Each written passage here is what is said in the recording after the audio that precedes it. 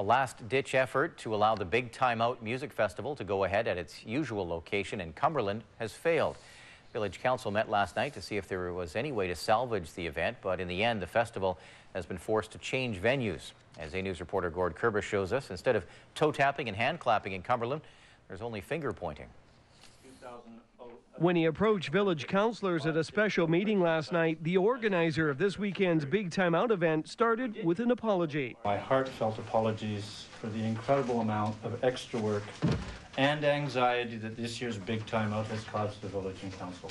Cumberland Village Works is a promotional company that has produced the Big Time Out for the past 4 years. But this year, promoters missed several key deadlines and couldn't confirm security details or liquor license requirements. The RCMP said without those, it couldn't endorse the company's plans, and so the village previously turned down the use of the main park as a venue.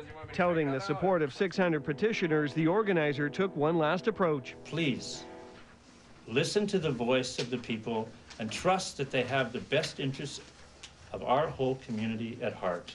Please, bring the Big Time Out back to Cumberland where it belongs. The organizer did promise to increase security at the site and said the event would now be alcohol-free.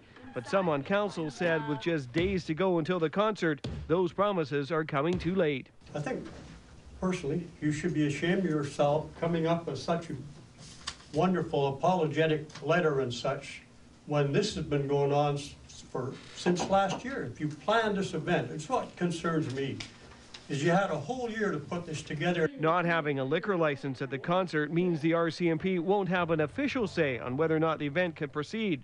But police still won't support the event this year. And the village's lawyers feel without that, liability for anything going wrong will now fall on the village and personally on the councillors. The village is liable, and I cannot put myself in that position of losing my home or having a lawsuit against this village. In the end, with the mayor absent from the meeting, 2 councillors voted for a motion to allow the event and 2 voted against, meaning it failed. Well, I feel a little disappointed that I thought it gave the village a chance to actually shine. And now we're being denied that ability.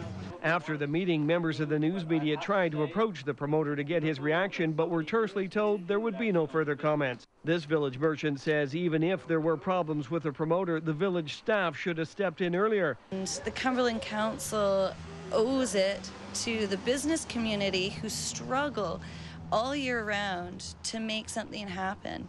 And it feels like we have no support from them. The 2-day event is now scheduled to be held at the Ashbury Strawberry Farm just outside the village. In Cumberland, Gord Kerbis, A News.